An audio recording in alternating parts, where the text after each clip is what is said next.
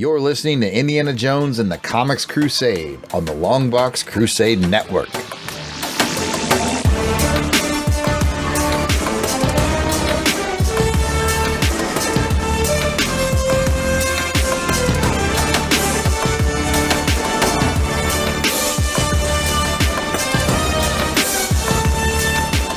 Hello and welcome to Indiana Jones and the Comics Crusade. I'm your host, Jared Alberich, the Yard Sale Artist, and I will be taking you on an adventure with me as I index all 34 issues of 1983's The Further Adventures of Indiana Jones by Marvel Comics. On this episode, we will be taking a look at issue number 1. Issue 1 was cover dated January of 1983. Its script and layouts were by John Byrne, finished art by Terry Austin, the letterer was Joe Rosen, colorist Bob Sharon, and editor Louise Jones. The cover was drawn by Terry Austin.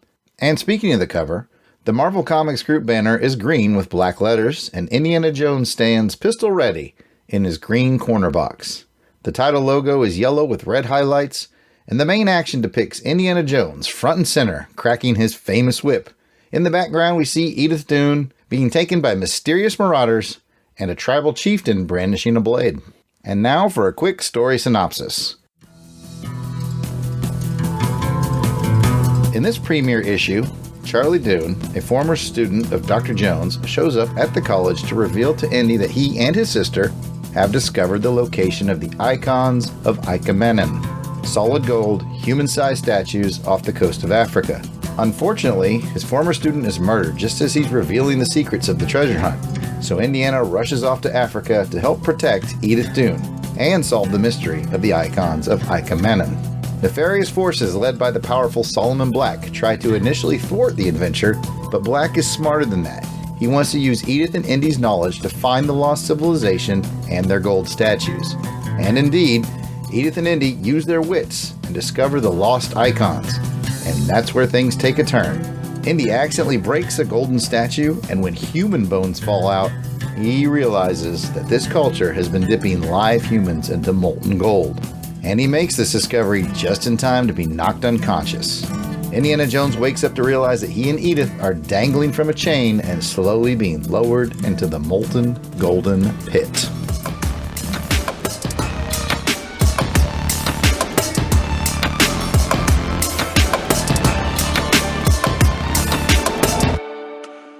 All right, and so we have got here in the Temple of Longbox Crusade, it is my brother Jason the Weasel Skull, and we are going to cover this very first issue of The Further Adventures of Indiana Jones. And just real briefly, I picked Jason as the first guest on the show, not just because he's my brother, but because he bought this new off the sprinter rack, and it was thanks to him that this was in my house when I grew up as a kid. So Jason introduced me to The Further Adventures of Indiana Jones. So welcome to the Temple of the Crusade, Jason.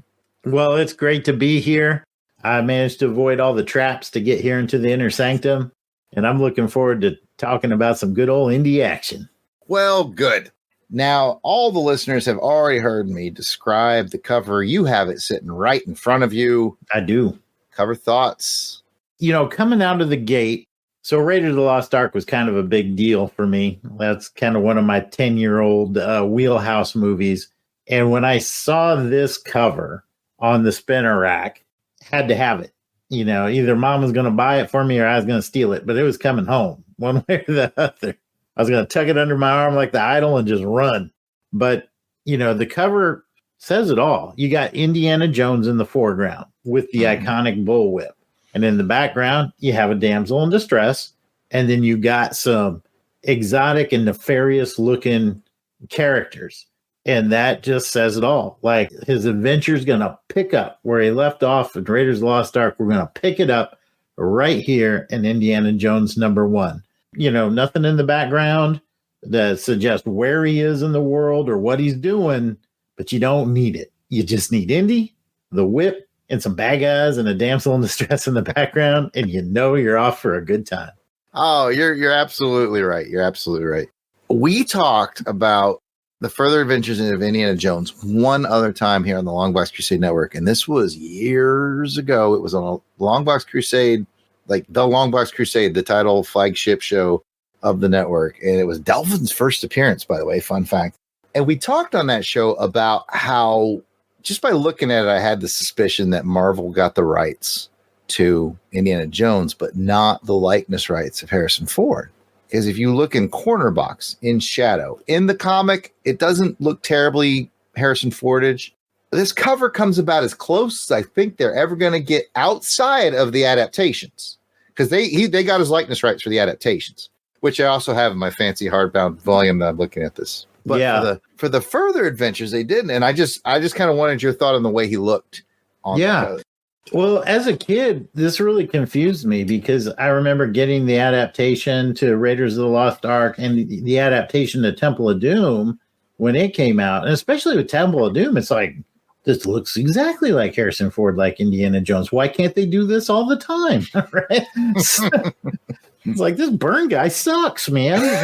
Who do you think you are, John Byrne? I could do a better Harrison Ford Indiana Jones than this ass clown, but now, of course, I realize that, there was the copyright. As I look at the cover of this, I can just picture Harrison Ford going, mate, should I sue him? Should I not sue him? Yeah. The pen is the mental pass. The pen is on the flip side of that, you can see like John Byrne drawing it like, yeah. Well, and it kind of reminds me of, we've had some conversations with some like Ibrahim Mustafa, who's drawn James Bond, and what a pain in the tail that is, because again, you can't draw his likeness like any of the actors, or so they got to get the details right, but not too close. That's tough. But Indiana Jones is so iconic, man. You see the fedora, you see the whip, you see the leather jacket. And then you just kind of get the face kind of close, and you're there. This is Indy. Just enjoy it. Pick it up, read it. You're gonna love it. You know what I just remembered, and I may have mentioned this in the lead up to before I brought you in to have this discussion. I think it's just Terry Austin on the cover. I think Byrne just did the interiors, and Terry did the cover all on his lonesome. You might be right. Yeah. And yeah, it's funny because you always associate him as John Byrne's inker, but he does some good stuff in his own right. So that's your cover, ladies and gentlemen. Pretty cool. Good way to start things off. In fact, on my fancy hardbound, Tim Benson designs the covers, and he used the cover of #1 for the background, but he put it on a black background and really ramped up the black ink. So it's like Indy stepping from the darkness. Oh, wow. That's really cool. Yeah, he did a great job.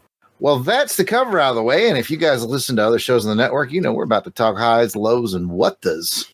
So I got my brother Jason here, the guy who introduced me to the Further Adventures of Indiana Jones. Issue 1, high, low, what the, kick off this big journey, Jason. Make it a good one. Oh, the first is got to be a high for me, just the nostalgia of it. Again, Raiders of the Lost Ark, I got to go back to the film, right? Because Dad took it. I think he took both of us to it. I don't remember if you were there or not, but he's like, I did go to this. We're going to go see Raiders of the Lost Ark. And I had no idea. I had no context of what I was getting myself into. And that was one of those films like, this is the greatest film I've ever seen.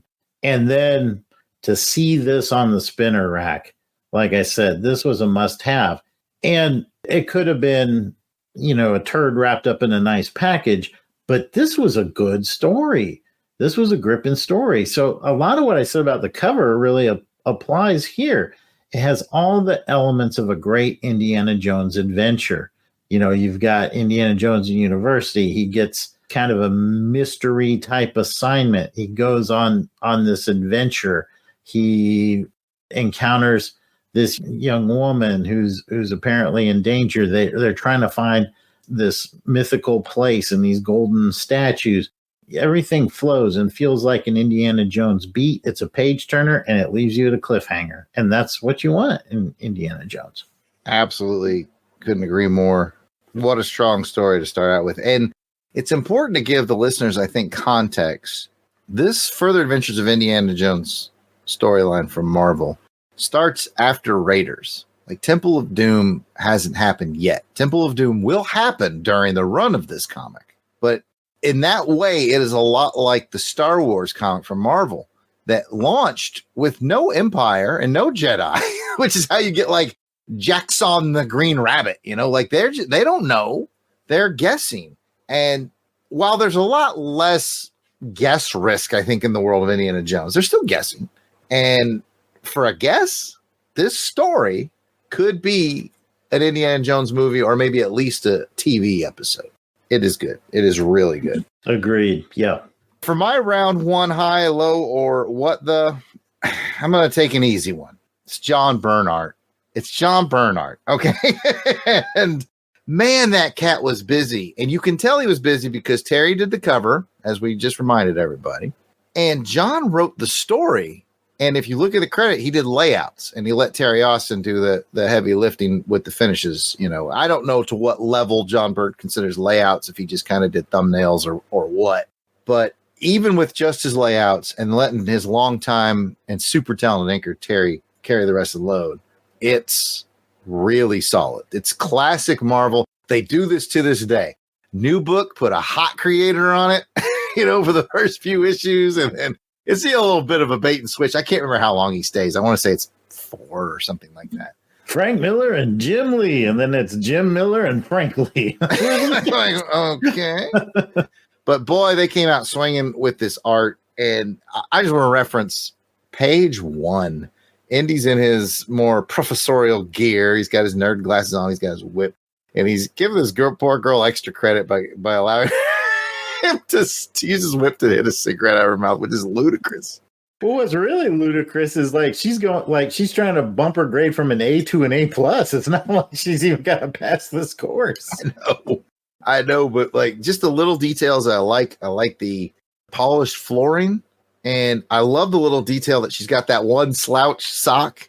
Like, that's just a tiny detail that only I was looking at that too. Yeah. A real pro knows that the human eye loves asymmetrical stuff. That little details, I noticed it and I thought, that's just perfect. So my round one is all that art given that example. So moving into round 2. Round 2, I'm going to talk a little bit about the horror element of Indiana Jones and the world of Indiana Jones. And again, I apologize. I got to go back to Raiders, right? When you're a 10-year-old boy, that end scene in Raiders, when the Ark's like shooting laser bolts through the Nazis and Tote's face is melting, and whatever the heck happens to Belloc, he just kind of explodes at the end. That is creepy as heck. And Lucas and Spielberg did a really good job of walking right to the edge of being too much for a 10-year-old Jason. And when I picked this up off the rack, when I saw that scene, when he pulls that statue off and the bones fall out of it, I got that tingle again, man. It's like, oh, this is some creepy stuff. So the book does a really good job in several places of bringing that creep factor in there to where you can feel the hairs on the back of your neck raise up. And I appreciate that. I'm going to keep that train going because I'm a huge fan of the Tomb Raider series, which goes nicely with Indiana Jones because they're very similar. In the Tomb Raider 2013 reboot, the whole point of the game is that they're trapped on this island, like mystically trapped, like there's magical powers that keep them there. And you can tell they weren't the only ones this ever happened to because this island is just surrounded by crashed and wrecked ships. And it's really a striking image. And the whole time I'm playing, I'm like, that is so striking. I feel like I've seen this somewhere before. And then I pull this out to start this podcast and I go, here it is. Here it is. It's the island with all the crashed ships around it. And I'm not saying that they ripped this off or anything like that. That's not what I'm saying. It's homage, if anything.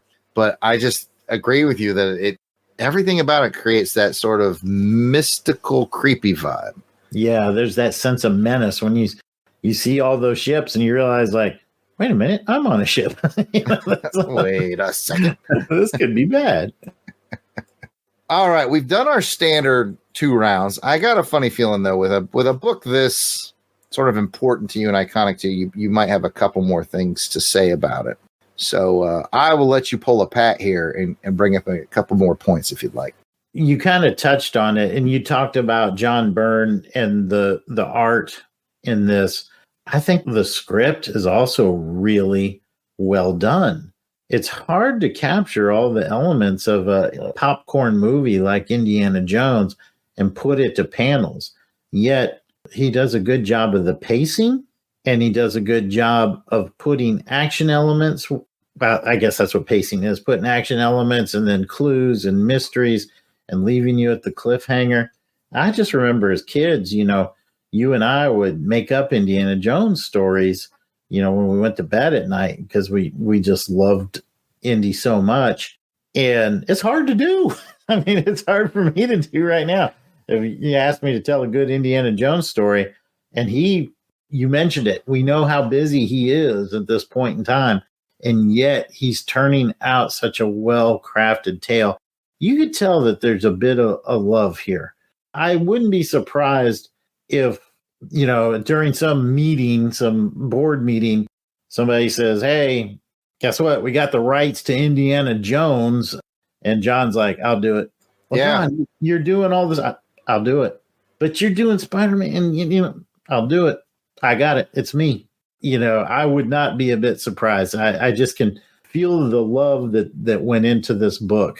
You don't turn out something this well crafted when you're just doing an adaptation of some film that you just procured. So done script. I agree. I had that same vibe. Like he signed up for this. This wasn't shoveled to him.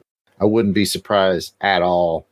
The other thing I'll comment on before we start to close this out is, the Indiana Jones movie series was really, as most people know, Lucas really had a love for the old serials that we also cover on Saturday Matinee Theater. He loved a good cliffhanger. And does this one have a great one or what? Yes. Absolutely, yes. Yeah, it ends with our hero and our damsel chained together. They're both in distress at this point. They're chained together and being lowered into molten gold, surrounded by other people who have clearly died this terrible death and being lowered into this molten gold. Yeah. Well, just to drive home your point, I haven't read these comics in probably 2 decades when you asked me to dig through my collection and see if I still had this. So I grabbed this one and read it, and right away, I can tell you what the cover to 2 is. Like I could describe it. I could describe it to you right now. And it's been 20 years. That's how much of an impact these books had on me. Absolutely. Absolutely. Man, we could probably do 40 rounds of highs and lows. I mean, Solomon Black is a new character, as the villain. Or the lair of Solomon Black is cool. Yeah, he's got his own lair. Uh-huh. Just for funsies, I also noticed when they start chapter 2 called Interested Parties, they show Indy flying across the ocean in a DC-3, which is an aircraft that is so well made and so easy to maintain. They still fly them today. DC-3s are still used in cargo transport and other missions like those big forest fire missions. DC-3s like dropping fire retardant in the DC-3s are still doing it to this day. I got a little art gig designing some stuff for a DC-3 company a couple of years ago, and I was like, I think I remember that art that you did. Yeah, I was like, that thing is still flying. They're like, they're so easy to maintain, and they're so well built and designed. Talk about having staying power. But anyway, it doesn't have a ton to do with Indiana Jones. But the only other thing I want to touch on before we get on out of here and start our adventure towards issue number 2 is the other parts of the comic. We have added up and stuff on the other shows. I have something that's really weird about the comic that I have. And I don't know if I've ever seen this before. If you have a clue, Jason, let me know. If you don't, listening audience, let me know. In my issue 1, stapled in it, you see this card, Jason, this is very visual. Jason can see this card that's sticking up. Yeah. This is actually the instructions to the play set, the Well of the Souls play set. And it's like stapled into my comic. Like it was part of the comic. And I thought, I don't know if I've seen this before. Why is the instructions to the Well of the Souls play set in part of the comic? And then I thought, well, maybe they included number 1 in the play set.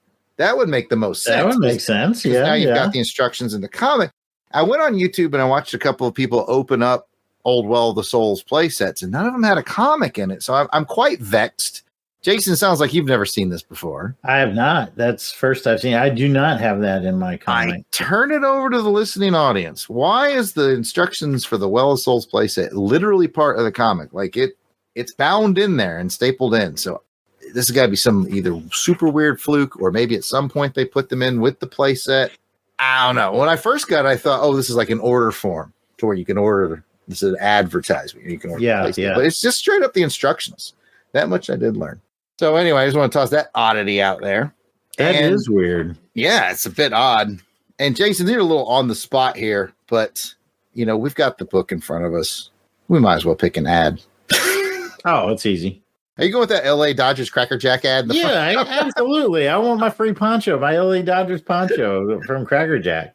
I get a poncho and diabetes. That's great.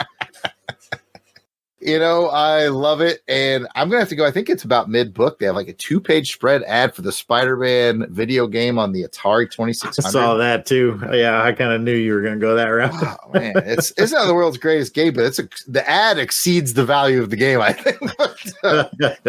You know what it made me think was, I wish I had the original art to this ad. Like someone actually did good art, and they're like, the screen captures are good, and the Spidey and the Green Goblin look good. It's probably a name artist that we might recognize. You're probably right. Yeah. I mean, it's a 2-page ad. They went all in on that bad boy. They did.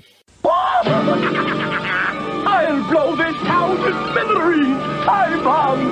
Try to get up there in time, Spider-Man. Watch me clear my web, Goblin. Watch yourself fall, Silk Slinger. Gotta stop the bombs in time. If I don't get you, webhead, my diagnoses will. Holy Hannah. And you're running out of fluid. Is this more action than even Spider-Man could handle? Spider-Man, a video game from Parker Brothers, the ones to beat. All right. Lego's been around, man. I'm looking at Lego in there. Holy cow. D&D. I mean, it's a time capsule of the early 80s right here. Mm-hmm. New Mutants is about to toss out its first graphic novel. You buy a sniper scope. It was a different time. I love the 80s. You can buy a sniper scope. Sniper scope. You they're employing these kids with Grit magazine. Love it. Love it. All right, that's our sort of quick hitter on the first episode of the Further Adventures of Indiana Jones, or the first issue of the Further Adventures of Indiana Jones. I want to thank Jason for making the first adventure down here to the honor to the temple. Yeah, Jason, most people here around LONGBOX CRUSADE know where to find you on the internet, but maybe somebody tuned in because they're like, hey, I want a podcast on Further Adventures of Indiana Jones, and they never heard from you before. If you're one of those people, by the way, welcome and thanks for stopping by. Jason, if they want to chat with you, where can they find you? Well, if you want to chat with me, you can find me at Jason Alberich. That's Alberich. And that's at either Instagram or Threads. Awesome. I want to thank Jason once again for being here. I knew right away when I started this journey, just 30-something issues of comics, that it was going to start with my brother Jason, because this is the comic we had laying around. And spoiler alert, it's not going to be all John Byrne, Yeah, I've read the whole run before. There's some stories that are better than others, but hey, I wouldn't say that we have anything terrible coming our way. So I don't remember anything terrible. I read a bunch of them. So that the adventure has started, and thanks again for Jason to be here. We'll see you for another adventure, I'm certain. I'll be there. Okay, folks, that's it for this episode of Indiana Jones and the Comics Crusade. I have been Jared Alberich, the Yard Sale Artist. You can find me on X, Facebook, or Instagram at Yard Sale Artist, or you can check out my artwares at www.theyardsaleartist.com. We here at the LONGBOX CRUSADE appreciate you listening, and you can give us some feedback at LONGBOX CRUSADE. X, Facebook, Instagram, YouTube, it's all at LONGBOX CRUSADE. Or you can give us a phone call and leave a voice message at 707-532-5269. That's 707-532-LBOX. I want to give a special shout out to the Crusaders Club members who help out behind the scenes to keep these shows coming your way. If you'd like to join their ranks, just go to www.patreon.com/LONGBOXCRUSADE. One more big shout out to Joe November, who put together an awesome beat for this show. If you want to know more about Joe, just look up Joe November on SoundCloud, Bandcamp, social medias, pretty much anywhere you can look for cool music. You should search for Joe November. And speaking of Joe, let's give a listen to the complete jam he put together for this show as we wind our way out, back up from the tomb and into the real world. Catch you next time. We named the dog Indiana. The dog? You are named after the dog? Got a lot of fond memories of that dog.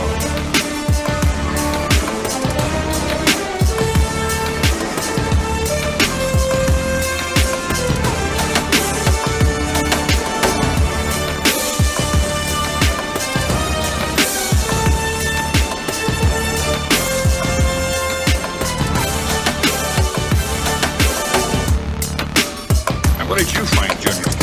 Junior? Dad? Geez, what does it always mean? It's Junior. That's his name. Henry Jones Jr. Like Indiana. May we go home now, please?